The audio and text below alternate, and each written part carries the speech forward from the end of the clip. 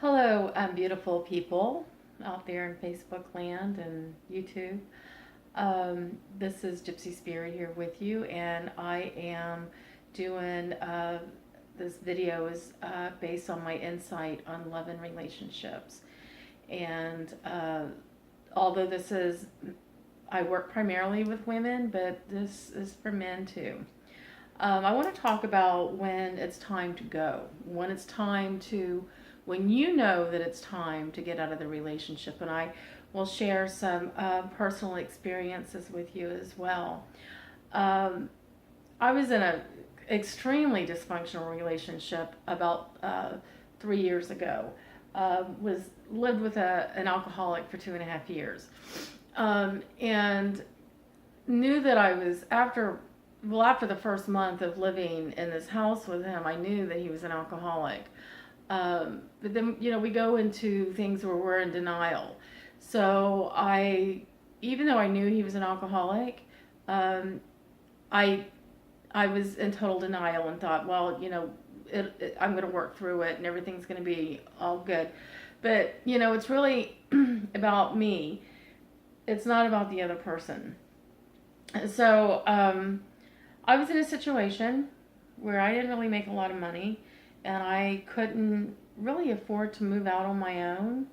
But during the course of the relationship, and it went on for 2.5 years, I had friends that knew what was going on, and a couple of my friends had offered to help me.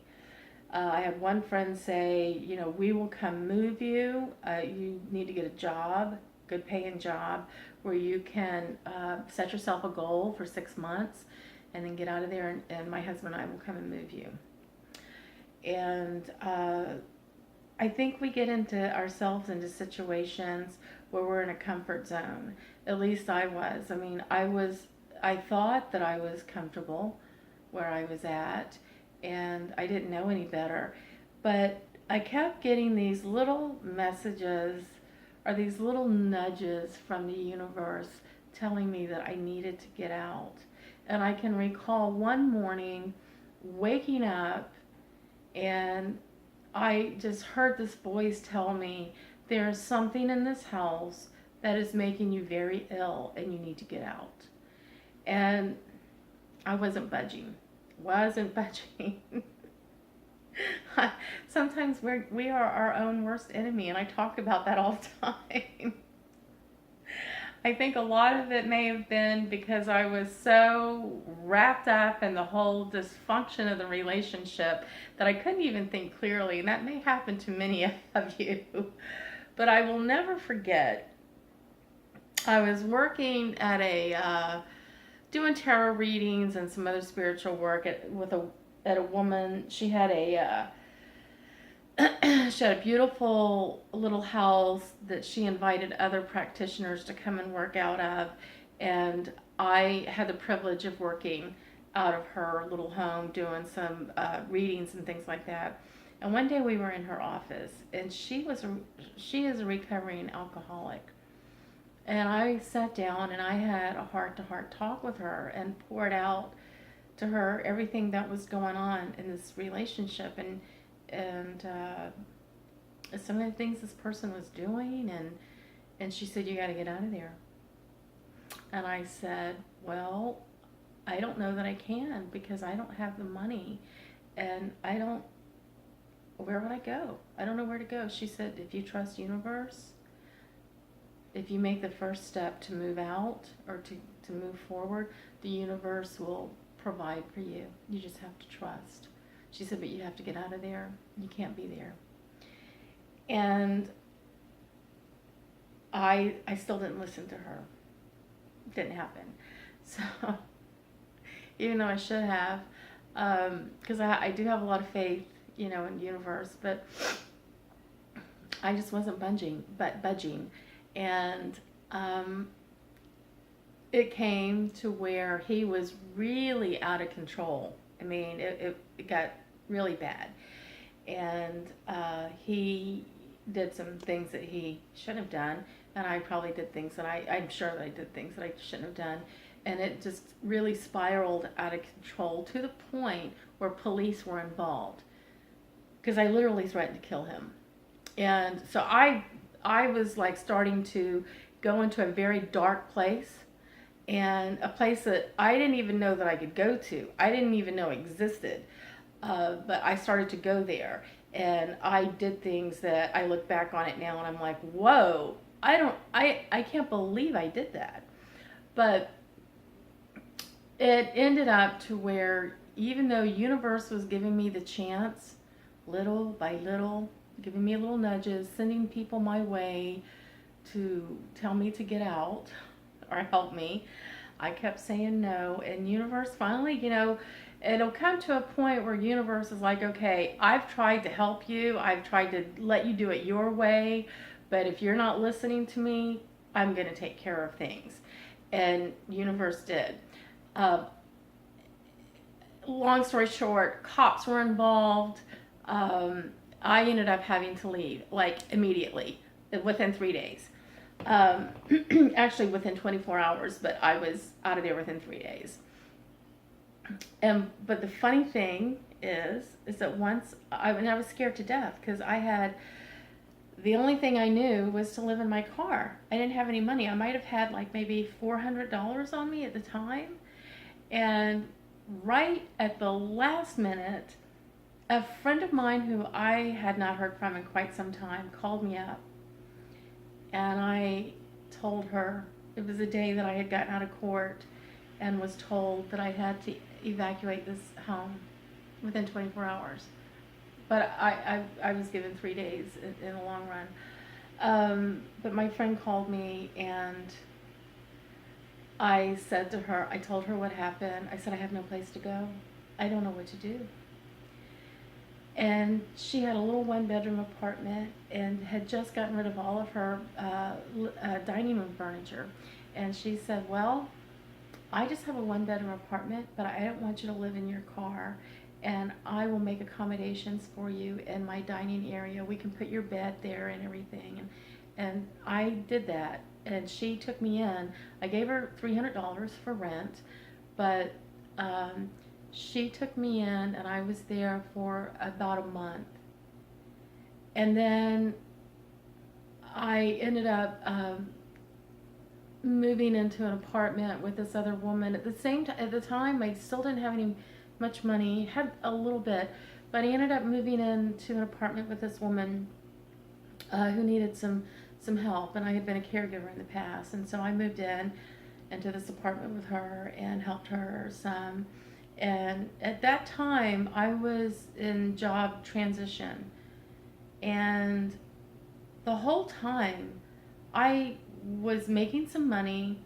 I was being well taken care of. I had a roof over my head, and everything was good. The funny thing about it, I laugh or pause a little bit when I say I had a roof over my head. This is how fucked up I was. I was living in the house with an alcoholic. It was his house, and when you live with somebody that has a drinking or a substance abuse issue or some sort of dysfunction going on, they don't think clearly. But when I first moved in there, in the bedroom, there was like 1 or 2 little leaks in the ceiling when it rained. And within the 2.5 years that I was there, by the time I got ready to leave, and we had like a massive flood here in Charleston, by the time I got ready to leave, the whole bedroom, I mean, there were casserole dishes and buckets and all over the bedroom. I mean, there were leaks everywhere. So it was like I got out of there, and even to this day, I can be laying in my bed at nighttime and it'd be pouring down raining, and I'm just sending out thanks with a heart of gratitude to the universe for getting me out of that situation, because I would still be having to walk around the casserole dishes and everything that was being used to catch the rainwater. When I first started out there, it was like one little bucket. And then, like I said, it turned into like every casserole dish or every pot and pan was being used in that bedroom. And so that was the kind that's the kind of life that I was living at that time.